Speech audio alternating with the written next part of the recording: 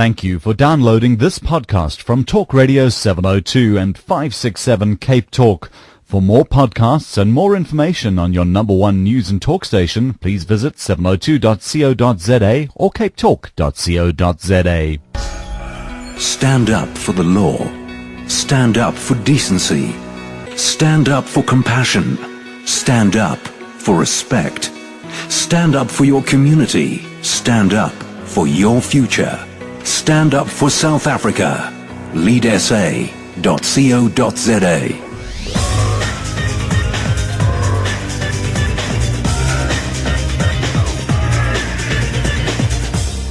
All right, we've learned in the last couple of days that the idea to launch a civil society corruption watchdog was COSATU's, but let's be honest, it's the baby of so many other people. It was launched last week appropriately at Constitutional Hill in Braamfontein. The public protector was there. The Justice and Constitutional Development Minister Jeff Radebe made a speech. We heard him there, and COSATU Secretary General Zwelinzima Vavi. The Minister joins us now. Good morning. A pleasure to have you with us. Good morning, Reddy, and all your listeners of 702. Thank you so much. It's a pleasure to be here. And indeed, that's where I want to start with the Corruption Watch. I spoke to David Lewis, the CEO of Corruption Watch, and there was mixed reaction from our listeners. Others felt, what's the point of creating another platform for us to talk? What is really going to happen? How would you win those people over? Why is this important?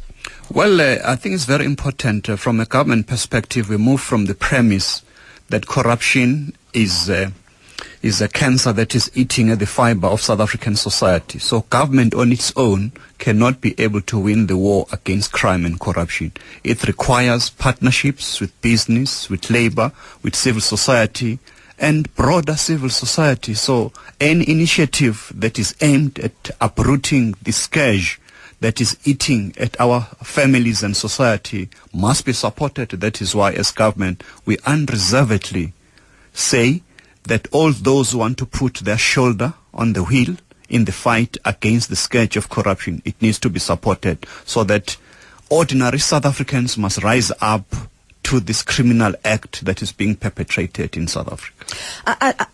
I get a sense that sometimes our conversations around corruption are very confrontational, almost as if we're not on the same side, and we all should be on the same side if we don't want corruption in society. You'll find the private sector saying there's more government corruption, and then government side, private sector corruption, media, all of this.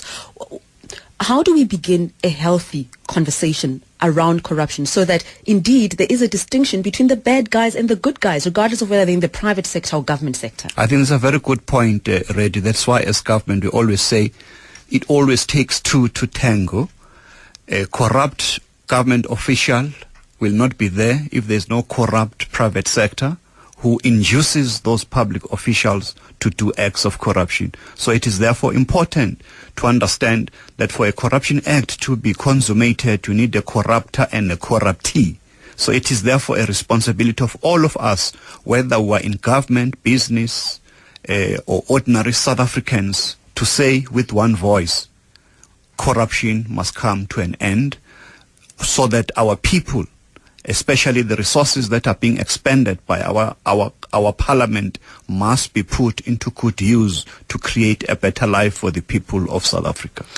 The public's perception of corruption is that it is rampant and government is not demonstrating the necessary seriousness. Our view is that government, the buck does stop with government, that the processes are sometimes lethargic. People are put on suspension, on full pay, and the investigations just drag on. And that creates the impression that there isn't a level of urgency that is needed to fight corruption. How would you respond to that? Let's just look back at the current administration. We came into office in 2009. We had an electoral platform in terms of the manifesto of the ruling party, the ANC, where we had 5 priorities: education, health, rural development, job creation, and the fight against crime and corruption. Even before we went to election, we said you need to judge us on these 5 priorities. And crime and corruption is one of those key priorities that each one of us in government and in broader society must be able to tackle with speed and also with the seriousness that it deserves. I chair the Justice, Crime Prevention and Security Cluster, and we have signed a performance agreement with the President. And part of those outputs that we've put is one of uprooting corruption from within government itself, in particular the justice cluster, and also in broader society at large. So those are the things that we've done concretely to demonstrate our unwavering commitment, political commitment of uprooting corruption wherever it rears its ugly head and whoever is involved in that corruption. So the things are there for people to judge whether we are making progress in this corruption. But I can tell you that the figures that we have indicate that there is steam in the fight against corruption. If you look even at the assets of criminals that they gain out of these ill-gotten corruption activities have been confiscated, indicating that we are serious about this corruption. And to that extent, in the last financial year in 2011, we had to distribute about 230 million rand from the Criminal Asset Recovery Fund, CARA, indicating that we have even attached assets of criminals who got them through illicit means. Mm-hmm. And I suppose then, Minister, that has to be balanced or judged against what we hear from the Auditor General's report about billions of rands in various government departments, provincial and national, that have been wasted. It doesn't necessarily mean it's corruption, but in the minds of the public, if money is being wasted, what the public wants to see is that there'll be a court proceeding, people will be arrested, somebody will account for that money. Not just that, but just 2 weeks ago, the finance minister was giving us the figures about provinces that are in trouble, especially Limpopo and so on. The sense is that the people who make the decisions, Minister, when do we see them arrested and accounting? Because we get the information about the figures, but you don't hear the names or see the faces of the people who made the decision and being asked to account. Valid point, but I think we need also to ensure that the role of the media is a critical component in the fight against crime and corruption. As we speak now in Northern Cape in Kimberley, there's a corruption trial that is going on there. Mm. But we don't see much that being reported. But the point that we are making is that as government, we have never hesitated to act when information is brought before government. I think the President has indicated in no uncertain terms his unwavering and unambiguous approach to the fight against corruption. He has signed about 22 proclamations instituting the Special Investigating Unit to investigate acts of corruption. There are about more than 100 officials in various provinces that are charged with corruption as we speak. So the facts are there for people to realize that we are very serious about the fight against corruption. I know that I'd like you to put on your ANC hat as well for just a minute. You have Lekgotlas, the ANC gets together to talk about the state of the nation, as it were. I hear what you're saying about the proclamations and what the government is doing, but I would love to be a fly on the wall when you get together as government ministers or as ANC officials, and not just to talk economic policy, because it seems to me that all these wonderful policies that we have will all come to naught as long as we still have corruption. How high on the agenda would corruption be in your deliberations? Very high. Look at the ruling party ANC. We had a special meeting of the National Executive Committee in August. And after that, we issued a statement and as well as a booklet that indicates various decisions that were taken about ANC. And one of the agenda items was fight against corruption. That as the ANC, we need to forcefully indicate in unambiguous terms. In fact, we need to be the first to speak against corruption, because it is what we say and do that our people are going to judge the ANC by. Mm-hmm. So, long and short of your answer is that it is high on our agenda.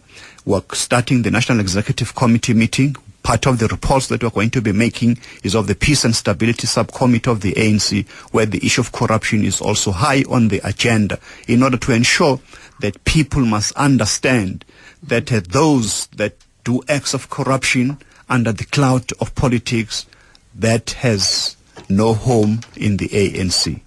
I must just share with our listeners, there was a corruption index that was done by Transparency International, and it ranked South Africa 64th out of 183 countries, down from 54th of 178 the previous year. So I thought that's interesting information for our listeners to mull over. Let's just get on to something else. 2 days ago, I spoke to retired Chief Justice Arthur Charles, and the theme of our conversation was indeed about the healthy tension between judges and politicians in South Africa. What is your perspective as a Justice Minister? Do you feel that politicians and even the government are under siege by the courts? No, I don't feel that we're under siege. I think it is the nature of our constitutional democracy, and we move from the premise that this constitution that all of us adopted in 1996 is the constitution that was piloted by the ruling party, the ANC. If you look and read the Constitution of the Republic of South Africa, it is littered with the letter and the spirit of the Freedom Charter, which is the basic policy document of the ANC. If you look at our Harare Declaration, even before we are unbanned in 1990, which is the anniversary of the unbanning of the ANC today, all those are indicative of the leading role of the ANC in bringing about this constitution. So part of those principles, the separation of powers between the executive, the legislature, and the judiciary. So there are demarcated roles and responsibility of those three powers of the state. And if there are tensions, those are necessary tensions in the fight to create a better life for the people of South Africa. From where I sit, the issue of separation of powers is not under debate in South Africa, is a fact of life. The parliament have to pass laws. We have to implement policies as the executive, and the judiciary are the final arbiter. Now, with our constitutional democracy, with the constitutional court as the apex court, are the final arbiters in disputes in South African society. I'm delighted you've said that, because it's very, very important what you've said. But often what sometimes happens is that when decisions are when the court rules against certain policies or certain laws, or asks the executive to relook something, when people are not happy with the decision of the court, they would attack the courts or the judiciary, even call for constitutional reviews.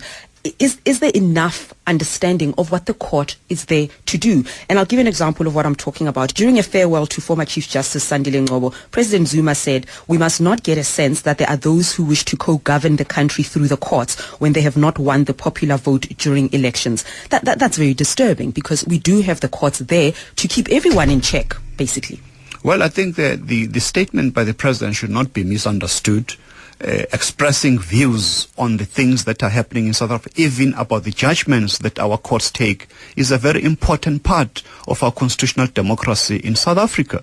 If you read papers, all the legal journals, even judges themselves, they criticize other judges. That's why we have this hierarchy of courts where lower courts are subjected in terms of appeal to high courts, Supreme Court of Appeal, ending with the Constitutional Court. So expressing opinions on the judgments that are being made by our courts is not an indication of the attack into the judiciary. In fact, it has to be supported in terms of criticism, because it's through criticism and self-criticism that we can build a vibrant constitutional democracy. But Minister, I would disagree with you where there is criticism and opinions being preferred about what the courts do.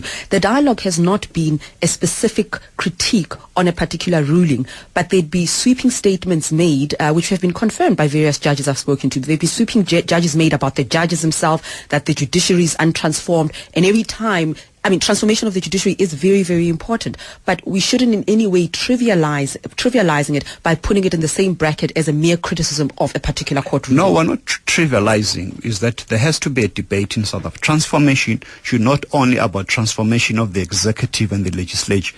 The judiciary is an important power in South Africa, and it has also to undergo a transformation in terms of gender, in terms of the racial profile of South Africa, but more particularly the mindset, so that the judiciary must be part and parcel of the process of social transformation of South Africa.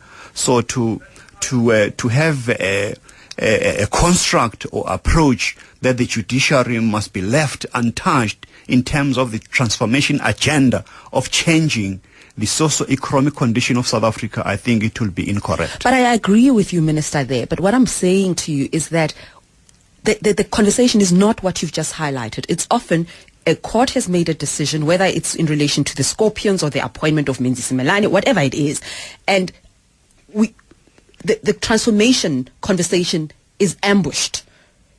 So instead of genuinely focusing on the transformation that we need as a society, it's almost as if the powers that be are saying, we don't like the ruling that you've made, therefore you are untransformed. No. Yes, no. Minister, yes. There are views and there are views. We are going to be this year issuing a policy discussion document from the government side on those issues around justice, judiciary, because I'm sure we have to be fair to indicate that since 1994, the main focus of the transformation agenda, even in the public discourse, has been about the legislature, about the executive. There's nothing much in terms of public debate about the justice area, in particular the judiciary. I think it is time that this area should not be left to the elite, so-called, but you and I, as ordinary South African, must have a very deep interest of what is happening in the judiciary, because they play a critical role in our society. The only time that we become so interested is when maybe a magistrate or a judge slaps on the wrist a person who has thrown a person into a lion's den, or when a known robber or burglar is given 100 rand bail by a magistrate. That's when now we rise up to say, hey, what is happening to our justice system is not part of the talking points in our tables. Okay. I think 2012 is a year in which I see a lot of talk about this era of judiciary, which must be supported by all South Africans. We'll talk about that more, but I still want to stay on the attack versus criticism of the judiciary. The president went on to say in that same speech that the powers, I quote, the powers conferred on the courts could not be regarded as superior to the powers resulting from a mandate given by the people in a popular vote. That suggests that the president believes that the ruling party should have more superiority than the courts. That's a dangerous state of affairs. It's not saying, it's demarcating this doctrine of separation of powers, that the mandate by the electorate is that the executive must pursue policies, the legislators must make the laws, the judges, the judiciary must interpret the law and be final arbiters in matters. But so that areas of responsibilities must be understood, that the electoral mandate of our people is for the executive to do all the necessary things to change the quality of life of the people. That's what the president should have said. But what he said, what the powers conferred on the courts could not be regarded as superior. I mean, what does that mean? Because the three powers, executive, the legislature and the judiciary, the co-equal partners within the system of separation of powers. But the Constitutional Court is the highest, but do we agree on that? If you read the judgments even of the former Chief Justice Mohammed, Langa and so on, they emphasize that point. These are co-equal partners in the system of social transformation in South Africa. But you are correct when you say that in disputes, it is the judiciary that is the final arbiter. Because we've been here before, having to minister as a country. We've been here before where a particular party, and I'm talking about the National Party and the apartheid government, where they were superior, where the courts were doing the bidding of the executive. That is why that's not what we are about as the ANC. But that's what I'm saying. That the supremacy of Parliament is a thing that is gone. When we adopted the Constitution, it is the supremacy of the Constitution that is above everything. Maybe else. You should tell the president that. No. He must not be misinterpreted about what he is saying. He's being misinterpreted. I think he's misinterpreted the Constitution. Not at all. All right. We'll carry on with this conversation with the Justice Minister, and I'll be taking your calls. Yusuf Abramji Mandla, stay on the line on 021-446-0567, 011-883-0702. Okay, let's go straight to the lines on 021-446-0567, 011-883-0702. We have Mandla. Mandla, you are calling us from Diepkloof. Okay, Mandla is gone. While you're trying to get Mandla back, let's go to Yusuf in Pretoria. Hi. Good morning to you, Reddy. Good morning, Mr. Minister Radebe. Good morning, Yusuf. I think, first of all, I need to congratulate you. I listened to your speech at the launch of Corruption Watch last week, And, we at Crime Line are committed to supporting this type of initiative, encouraging communities to blow the whistle on crime. But the question I have, Minister Radebe, is with the Protection of Information Bill and the outcry, the opposition, aren't we going to be making it more and more difficult for people to blow the whistle on corruption with some of the clauses and the harsh penalties within this piece of legislation? That's my first question, really. And secondly, relating to road safety, Minister Radebe, you are fully aware about our commitment at Lead SA to name and shame drunken drivers. For 1.5 years now, we're trying to get a partnership going with the Department of Justice. It's working well in the Western Cape. It's working to some extent in KwaZulu-Natal. And I firmly believe if we can strengthen this partnership with the department and your ministry on naming and shaming people convicted of drinking and driving via a media partnership, we'll be able to make a difference. And lastly, how do we condone and allow a motorist driving at 200 kilometers per hour given a suspended 15,000 rand fine. Suspended for 4 years, yeah? Suspended for 4 years in the Brits Magistrates Court, despite the law saying there are mandatory sentences, for example, for your licenses to be revoked. The magistrate goes ahead, gives this young man a 15,000 rand suspended fine on condition that he doesn't repeat the speed offense, limit again. Really, there is a problem with our system, Minister Radebe. All right, Minister, 3 questions there for you. Well, I'll start with the last one. I think what can be done is to appeal against that judgment by the magistrate. That's why we have this hierarchy of courts in South Africa, that the state can be able to appeal against that ridiculous sentence by the magistrate. So I'm happy that Yusuf has raised this. Yusuf has indicated the point that we made earlier on, that there's nothing wrong in commenting on judgments by our presiding officer. The comment by Yusuf emphasizing the point that I've made about the separation of powers in terms of the 3 branches of the government. On drunken driving, I agree with Yusuf. I think we need to move with speed as a department to roll out that initiative. It has been brought to my attention. I undertake that we're going to be partners in naming and shaming those people who are drunken driving. In fact, even in my previous portfolio of transport, it's one of the areas that actually is causing trauma amongst families in South Africa, these people who are so irresponsible to drink and drive. On the first question, the point that I want to make, a general point, is that the freedom of the press is not under attack. Any act or conduct that seems to push the issue of the freedom of the press into the back burner will be incorrect, and as an ANC government will not support that.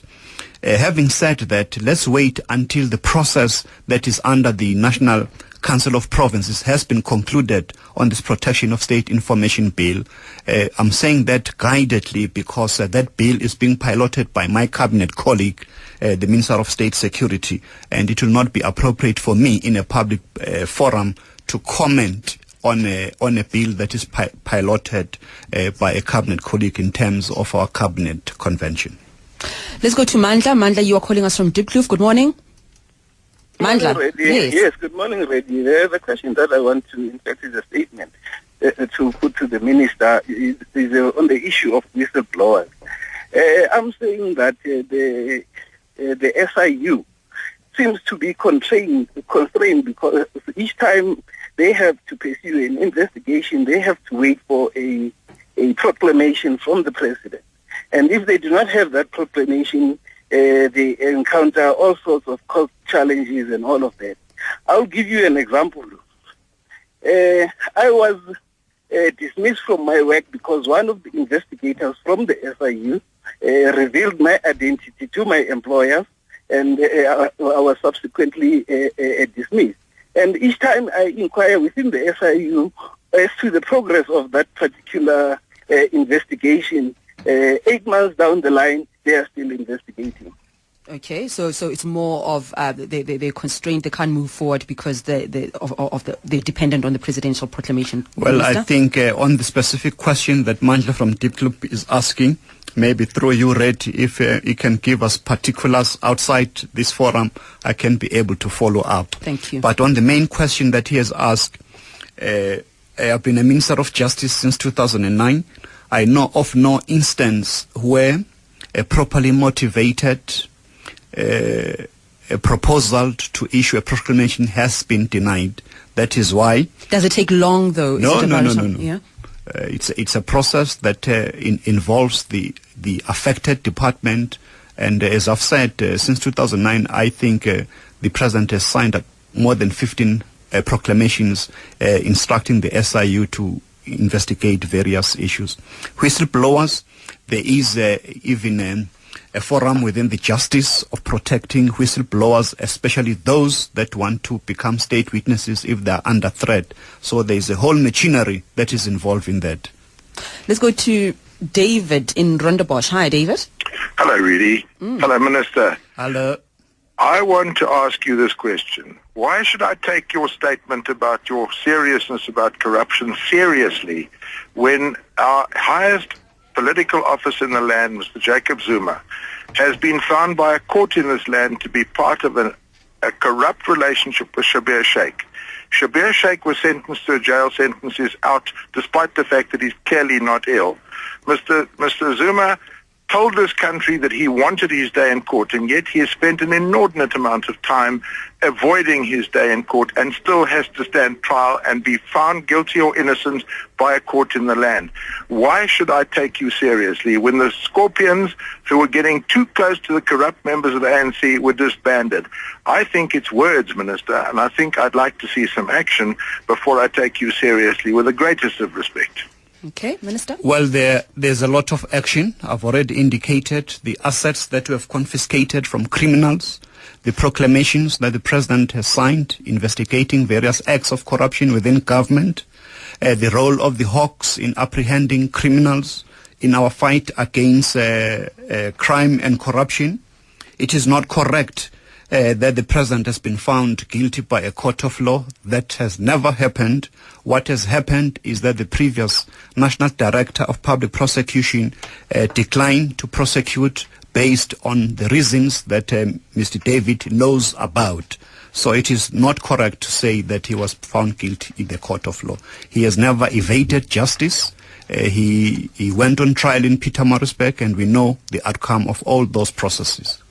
Minister, this is where what I want to ask you. You've been criticized as a minister following some administrative bungles and questionable appointments that have been made by the president. The criticism follows, for example, the court declaring invalid the appointment of Menzi Simelane, the appointment of Willem Heath, the attempt at the extension of former Chief Justice Sandile Ngcobo. I know he withdrew on the eve of the decision by his peers in the Constitutional Court, but even that was a subject of a Constitutional Court challenge. And also the short-lived appointment of Ngcobo Jiba to replace Willem Heath. All of that, many have said that it's a classic case of you, Minister, badly advising Mr. Zuma.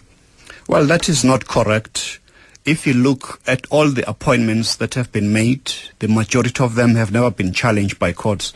So people cannot use 3 instances to make a judgment call of what is happening within government. If you take, for an example, the extension of the Chief Justice point, there was a law that was passed by Parliament in 2001 that empowered the President to do so. So people took the President to court, and the Constitutional Court ruled the manner in which it did. That's the vibrancy of our constitutional democracy. The point that I was making, that the judiciary is the final arbiter in dispute in South African society. So there's nothing untoward in that. On the issue of Advocate Simelane, I cannot be able to comment on that because that matter is sub judice, still going to the Constitutional Court.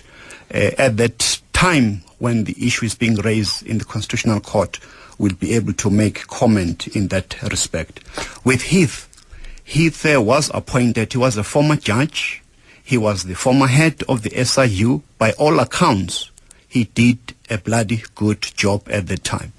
What he did to Heath is not a reflection on government or myself as an individual. On a frolic of his own, he had an interview with City Press, and he uttered those statements that he did, which is not a reflection of government. That is why I investigated that matter, and Heath resigned. So it is his own issue. I do take that point, but there was also another matter that was raised. I think it was the Sowetan that raised the matter about what the laws say in relation to appointing somebody who has reached retirement age. I don't really have the specific in front of me, but basically that he did not qualify for appointment because of his age, and yet he went ahead and appointed. When he was appointed to Heath, he was a fit and proper person. The only problem is his statements that he made about the former president. That's the point in issue. Mm-hmm.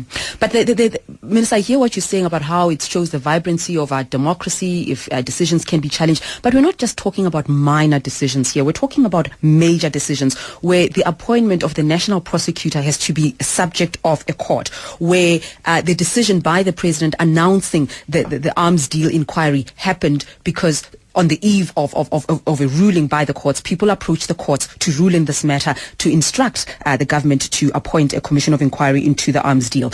The matter relating to the Scorpions, the way the court ruled in that regard, those are very, very important decisions. And if government is found wanting or can be challenged at every time, doesn't it point to the kind of advice and the kind of decisions that your department is making? In fact, the president has to be commended. Since 1999, the issue of the arms deal has been in the public domain. So when the president takes a correct decision that a commission of inquiry chaired by a judge of the Supreme Court of Appeal, that should be a celebration in South Africa that at last the truth will come out. So everybody from anywhere in the world who has information about the corruption or allegations of corruption in the arms deal will come forward and provide that evidence and information. So it is not correct, therefore, that decision was wrong. It was correct in my view. No, it was a correct decision because someone went to court. The president didn't do it of his own volition. The president has been thinking about this issue since 2009, I can tell you that. So he took a decision at an appropriate time in order to ensure that this matter can be ventilated within the forum of a commission of inquiry. So there's nothing untoward there. On the issue of Smilan, as I've said, I cannot comment on that because that issue is sub judice. But just going back to Sandile Ngcobo's extension, I mean, the president came under criticism for extending the former Chief Justice term, Section 8A of the Judges Remuneration and Conditions of Employment Act, and the fact that the Chief Justice decided to withdraw his acceptance, isn't that a tacit acknowledgement that the move was unconstitutional? And the argument that the extension can only happen by an act of Parliament, does that not No, you're wrong. Validate you're wrong there, Reddy. There was an act of Parliament. That act was used for the extension of the former Chief Justice Arthur Shakalsin, even though it was a different section. It was in our stated book. It was overwhelmingly supported by Parliament except the Inkatha Freedom Party. The Chief Justice at the time that he was approached for the extension, he had agreed on that, and then at a later stage he withdrew. So it cannot be said that it was unconstitutional. It only became unconstitutional when the Constitutional Court decided in August that that section of the Judges Remuneration Act is unconstitutional. So before the invitation to extend, it was an act of Parliament. So, Minister, I know you have to go because you have an ANC NEC gathering in 13 minutes. You have to be in Irene. I do not want to be responsible for you using the Blue Light Brigade to get to your destination. No, I won't use it. You won't be using it. And I can confirm to our listeners that you arrived here with your spokesperson. There aren't 50,000 bodyguards all around you. No, I can protect myself. You can protect yourself. Okay, don't hit our cars on your way out. And I'm letting you go as I promised because you need to be there on time. No, it was a pleasure being here, Reddy, and all your listeners of 702. I hope that this discourse will continue into the future so that the issues around justice, the judiciary, must become talking point in South Africa because the judiciary plays a very critical role in the social and economic transformation of South African society. Hold on. Before I let you go, what's happening with the head of the SIU? Well, there is an acting head of the SIU, so the permanent appointment will be made in due course. But even that appointment of Nomgcobo Jiba as acting head of ICU in December last year also came under scrutiny. Well, Nomgcobo is currently is the Deputy National Director of Public Prosecution. At the time she was appointed acting head, that's what had happened. But Minister, doesn't it say then, I mean, in the past, Advocate Jiba faced internal charges of unprofessional conduct, dishonesty, fraud, and bringing the NPA into disrepute. Why appoint someone whose property has been questioned in that capacity, and you replaced a week later with Nomvula Mokhatla? I mean, there was a process on that issue between Nomgcobo at that time and the National Prosecuting Authority, and that issue was resolved, so there's no issue around Nomgcobo as we speak. So why was she replaced a week later with Nomvula Mokhatla? The reason for that is that the President decided to put Advocate Smolane on leave pending the determination by the Constitutional Court. That's why the change had to be made, because the President decided that Nomgcobo must now be the acting National Director of Public Prosecution, so somebody else had to be put as an acting head of the SIU. That is the reason. Thank you for joining us. Thank you. Okay, this is what happened. The minister was meant to stay until 9:30. That was our commitment to him, that I will get him out of here by 9:30. And he kindly agreed during the ad break to stay a bit longer, and even longer than what he had agreed. So it's not that I didn't want you to ask him questions. He absolutely had to go, and this was an agreement that we made at the time that we organized the interview. But you heard the minister speak on various issues, including corruption, the questionable appointments, mainly Simelane, the tension between the separation of powers. Are you inspired? What do you think? Is there anything that he said that you want to respond to? Give us a call on 021-446-0567, 011-883-0702, SMSs on 31702 and 31567. There is a lot of reaction, of course, to those the 18-year sentence that has been given to the killers of Zoliswa, and they got 18 years each. I think it was 6 years and about 50 postponements later, and after accusations of poor police work and prosecution, the 4 killers of Zoliswa and Nkonyana were finally sentenced yesterday. And then people are comparing that with the rhino poachers, that you poach a rhino and then you get 25 years. You murder somebody, you get 18 years. And the point that Yusuf Abramji raised earlier about the motorist who was fined 15,000 rand, suspended for 4 years for driving at 200 kilometers per hour. All of that, the inconsistency, it creates the impression that justice has not been done, that the wheels of justice do turn slowly, and when we reach the conclusion of the process, people are not satisfied with the decisions of the court. So what do we do about that? There's a lot of reaction to the question by David about the probity of the president. Do you want to talk about that? Or the appointment of Menzi Simelane that he said he didn't want to speak to because it was, it's subjudice. But anything else that came out of that interview that you want to talk to us about? 021-446-0567, 011-883-0702. I will read some of the SMSs that have come through. Really, I think that the minister was spinning you. Your head must be spinning. Ha, ha, ha, ha. Okay, and another SMS says, really, the problem is that the government doesn't think much of our intelligence, because all the matters that you asked him about, the questionable appointments, are valid. Why is it that Ngobo had to withdraw at the last minute? Why is it now that Menzi Simelane's appointment is being questioned? It's precisely because people were warning the government not to go ahead with this and that the decisions were wrong, but they stayed on and stubbornly implemented decisions that have now been challenged by the courts, therefore causing embarrassment for the government.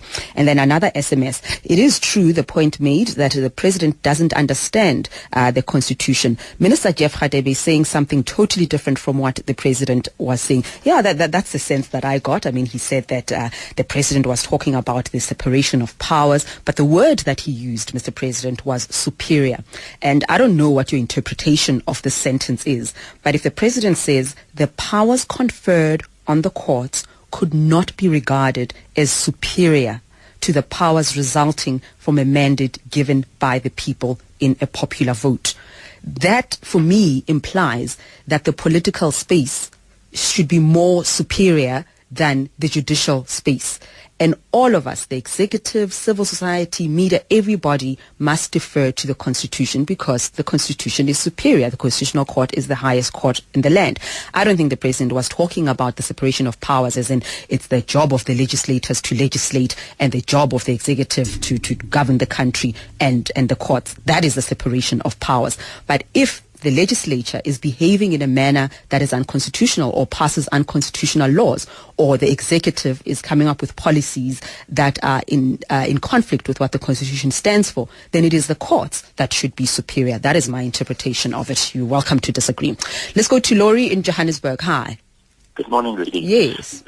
Rudy, I'd like to know what has happened with the parliamentarians who were found guilty of the abuse of their travel privileges some years ago, and also what is happening to the head of the Metro Department in Pretoria, because the words are great, but there's no action. And I think that's where I was going, Laurie, that, you know, our perception of corruption is that there are some corruption cases perhaps that go to court. There are investigations, but the high-profile ones, we never get to hear that somebody, whether in the Travelgate saga, instead people's lives have just carried on and they've occupied positions, but you never quite get information about the prosecution of the big fish, as it were. Really, I have to agree with you, but surely as a citizen of South Africa, and for the majority of people that are probably listening to your shows, we're all saying he speaks very well. But let's see action. Absolutely nothing has happened over the years with people that have been caught. Travelgate it's gone, it's passed into the mists of time now. But why? Why are these people still there? Okay, all right. Thank you very much. That's Laurie in Johannesburg. Thank you. An SMS says, I think the minister was evading the question. And then another SMS says, I'm satisfied. Okay, it's an email. It says, I'm satisfied with the explanations of the government. I think you people in the media create your own reality, your own stories, and you sell that to us. It is refreshing to get the minister and get the government side of the story. I think the government of South Africa is consistently treated unfairly by the media who only present one side. Okay. I must say, I would take no responsibility for that, because if you knew the number of times that we invite, whether not the minister himself or herself, because we know they can't always be available, but whether it's a DG or an advisor, somebody to comment on something that is controversial, they're not available. Some are more accessible and available than others, but others will tell you that they're not commenting on the matter. So it's not for lack of trying, I can tell you that. Let's go to Roger in Goodwood. Hi. Hi there, Rudy. My comment is there's a hell of a lot of lip flapping, but that's about it. And it sounds very derogatory, but he's an eloquent speaker. But as your previous caller said, where's the action? Why do we have these cases that go on and on and on? What about the judge that was found guilty of drunk driving? Oh, I forgot about him. He still hasn't been dealt with. I mean, this is where the problem is.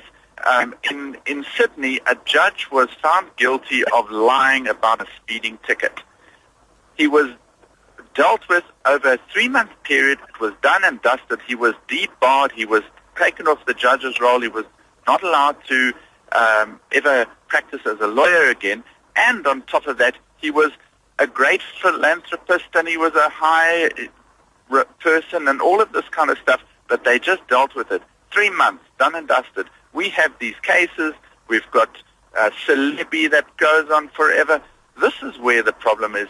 Justice is not seen to be carried out quickly. You know, that's my only criticism. All right. Okay. Thank you very much. Let's go to, that's Roger in Goodwood. I forgot about Judge Nkola Mutata. I think they're just bidding the time until he reaches retirement so that he can get his pension, I think. So why is it taking so long? Let's go to Mary in Stellenbosch. Hi. Hi, Rudy. Rudy, I think if you analyze President Zuma's appointments he's made since he's come to office, they really are made to protect his own back. From Semilani to Becky Sedi. I mean, Becky Sedi is a good mate of his from KZN. Morang, but not the obvious choice for Chief Justice of the Constitutional Court.